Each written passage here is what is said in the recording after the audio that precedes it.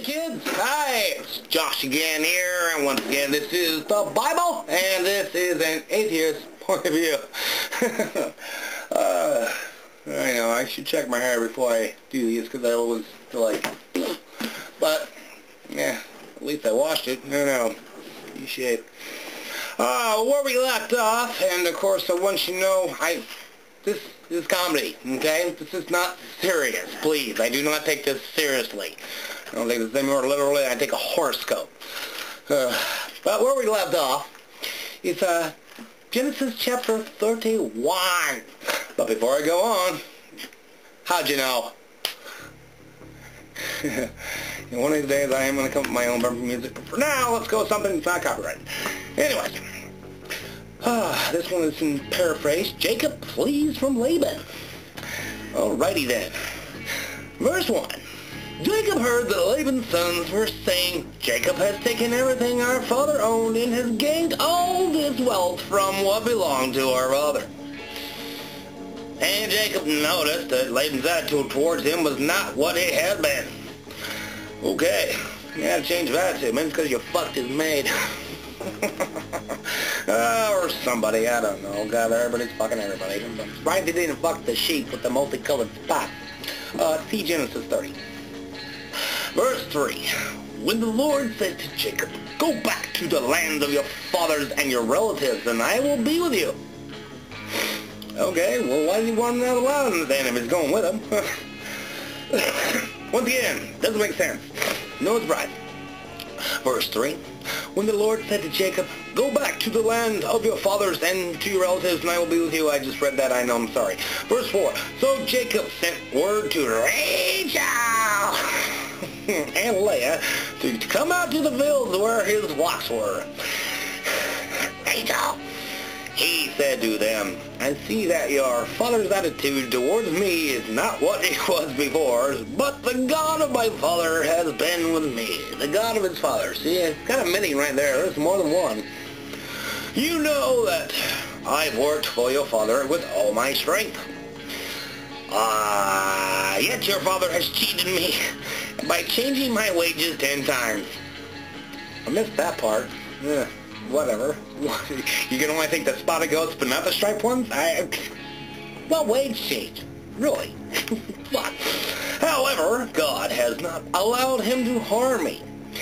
If he said, the speckled ones will be your wages, then all the flocks gave birth to speckled young. Speckled. And if he said, the streaked ones will be your wages, then all the flocks bore streaked young, streaked and speckled. Why not? Poke it at it. Maybe checkered. That'll be something to see. A plaid sheep. So, verse 9. So God has taken away your father's livestock and has given them to me. Verse 10. Inbreeding season. Fucking season is, no. That's pretty much 24/7. Some of you fuckers out there. In fucking season, I once had a dream in which I looked up and saw that the male goats mating with the flock were straight speckled or spotted. Plaid, checkered, or what the fuck ever. Poke it at it. The angel of God said to me in the dream, Jacob, I answered, here I am. Yo, there. Yeah, right here. Okay, good. Here I am, and he said, look up and see that all the male goats mating with the flock are straight, speckled, or spotted, polka dotted, checkered, or plaid. All right, I added those last. For I have seen all that the Laban had been doing to you. Yeah, you probably could have that part where he was fucking the goats and the sheep. Why not? Incest and bestiality, yeah, we all go together, right? Okay. I am the God of Bethel, where you anointed a pillar. You bought the rock, and they slept on it, and then somehow became a house, and where you made a vow to me. Now leave this land at once and go back to your native land and take me with you. Oh, I'm so glad this thing makes sense. Verse 14. And Rachel, and Leah, and Luke Skywalker. Oh, I'm sorry. No, Luke. I'm kidding. Do you still have any share in the inheritance of our father's estate? Estate, yeah, they had mansions back then, you know. Mansions are also known as a cave. Does he not regard us as foreigners? Not only has he sold us, but he has used up what was paid for us. Surely all the wealth that God took away from our father belongs to us and our children. So do whatever God has told him. Alright. And Jacob put his children and his wives on camels, and he drove all his livestock ahead of him, along with all the goods that he had accumulated in Padan Aram. What a name. To go with his father Isaac in the land of Canaan. When Laban had gone to shear his sheep. Oh, they had shears back then. Sure did. Yeah, no, it's not over. Fuck off. Alright, when Laban had gone to shear his sheep, Rachel stole her father's household goods. Oh, I took all the coffee. Took the coffee maker. Good idea. Moreover, Jacob deceived Laban and Aramine, you mean dude, by not telling him he was running away. So he fled all he had and crossed in the river. There's a river, of course. Probably more than one. He headed for the hill country of Gilead, or Gilead, or whatever the fuck. Alright, next part is paraphrase. This is kind of a long one. Sorry. Laban pursues Jacob. Oh, he's going to kick his ass, even though he's already going with him. God. Verse 22, on the third day, Laban was told that Jacob had fled. Taking his relatives with him, he pursued Jacob for 7 days and caught up with him in the hill country of Gilead. Then God came to Laban, the Aramean, in a dream that night and said to him, be careful not to say anything to Jacob, either good or bad. Don't compliment him, dude. You're looking great. Your butt's working out. I should have removed the phone. You're looking great, dude. Oh, you look like an ass and you're fat. Yeah, know what? Nope, just... So do I. Yeah. Taking his relatives with him, he pursued Jacob for 7 days and caught up with him in the hill country of Gilead, or Gilead, or Gilad, or whatever the fuck. Then God came to Laban and the Aramean in a dream at night and said to him, be careful not to say anything to Jacob, either good or bad. I just read that, didn't I? Yeah, sick. What? It's winter outside. Fuck, it was just out there. I know, that's entertainment at its finest, isn't it? Fucking snap out of breath. Verse 25, Jacob had pitched his tent. Pitched a tent in the hill country of Gilad, and Laban overtook him, and Laban and his relatives camped there too. Alrighty then. They overtook him, and you're not moving because we're camping next to you. That's right, we've got reserved spots at this RV camp too. Then Laban said to Jacob, what have you done? You deceived me and you carried off my daughters like captives in a war. Why did you run off secretly and deceive me?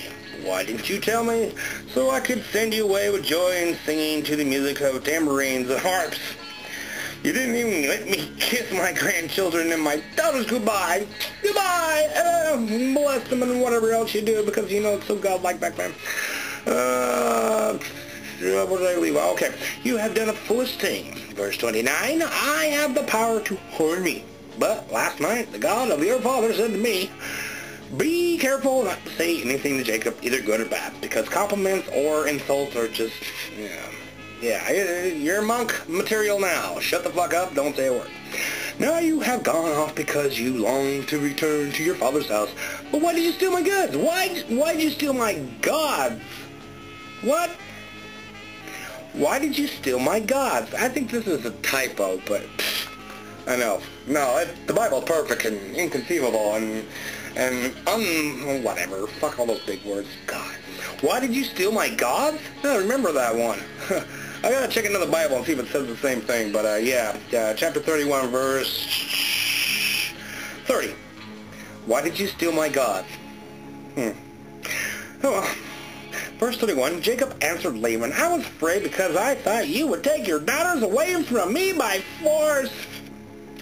But if you did find anyone who has your gods, okay, there it is again, not a typo. He shall not live, gods. Wow, there's more than one.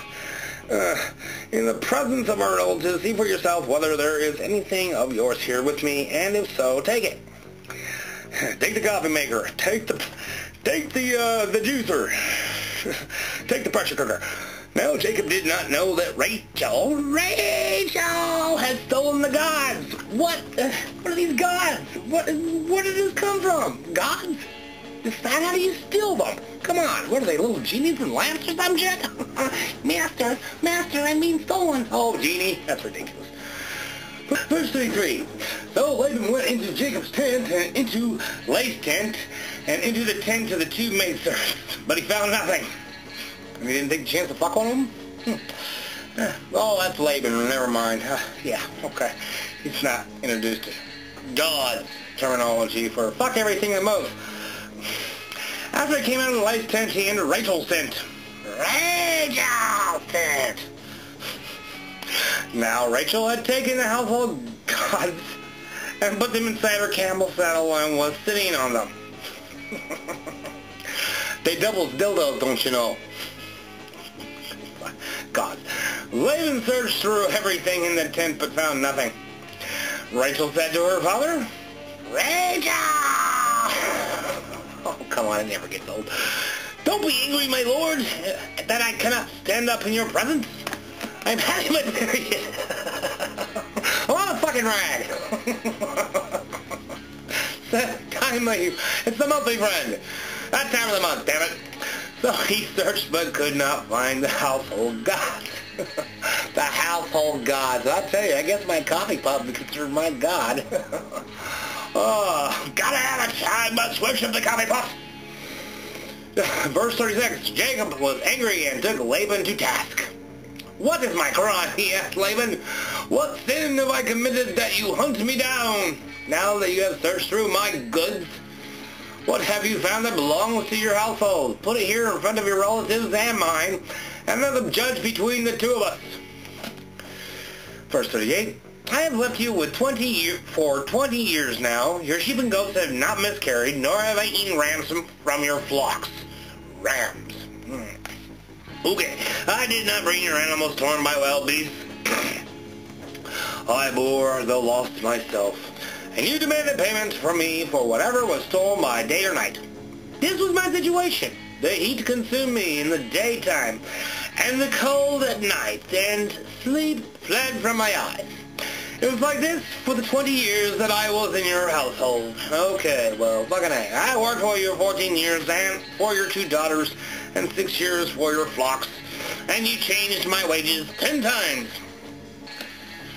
I guess they just didn't feel the need to mention that little detail in the Bible. You changed it 10 times. To what? Who knows? 1 goat, 3 goats, 5 goats, 7. Who knows?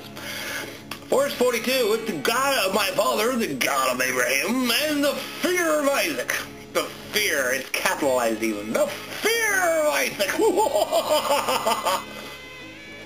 Had not been with me, you'd surely have sent me away empty-handed. But God has seen my hardship and the toil of my hands. And last night he rebuked you. Rebuked, whatever. 43.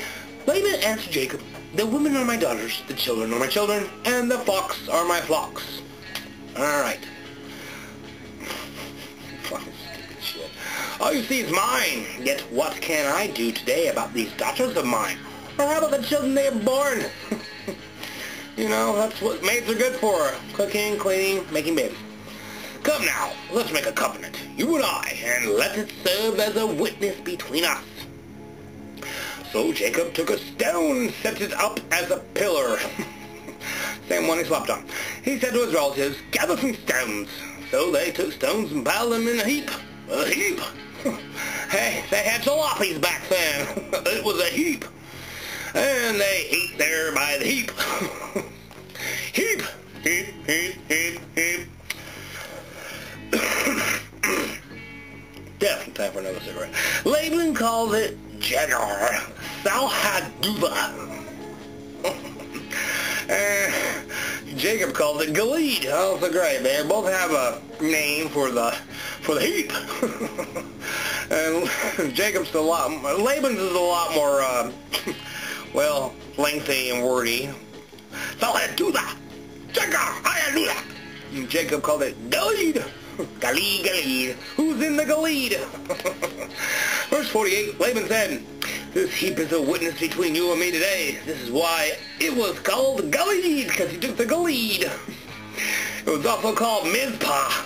Mizpah? Ah, Mizpah. And Ma. Ah, Miss Ma. I'm more like Mizpah.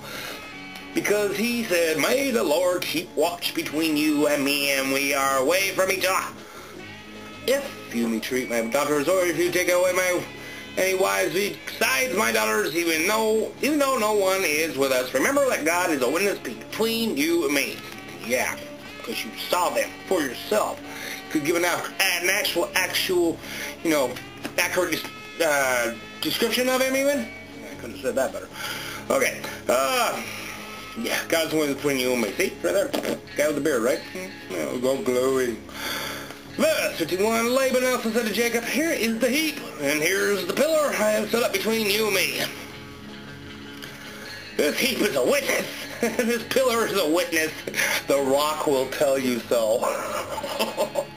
Fuck. And I will not go past this heap to your side to harm you, and that you will not go past this heap and pillar to the side to harm me. Basically, I think they don't cross this line, motherfucker. Doesn't make any damn sense, does it? Where did I leave off? Okay, so Jacob took an oath in the name of the fear of his father Isaac. He offered a sacrifice there in the hill country and invited his relatives to a meal. After they had eaten, they spent the night there. Well, it's not like there were motels or Motel 6 around, right? Verse 55, and the last fucking verse in this god-awful chapter. Early the next morning, Laban kissed his grandchildren with tongues and molested them, I'm sure. And his daughters, and blessed them. Then he left, and he returned home. Well, kids, once again, this has been the Bible, and this has been an atheist point of view.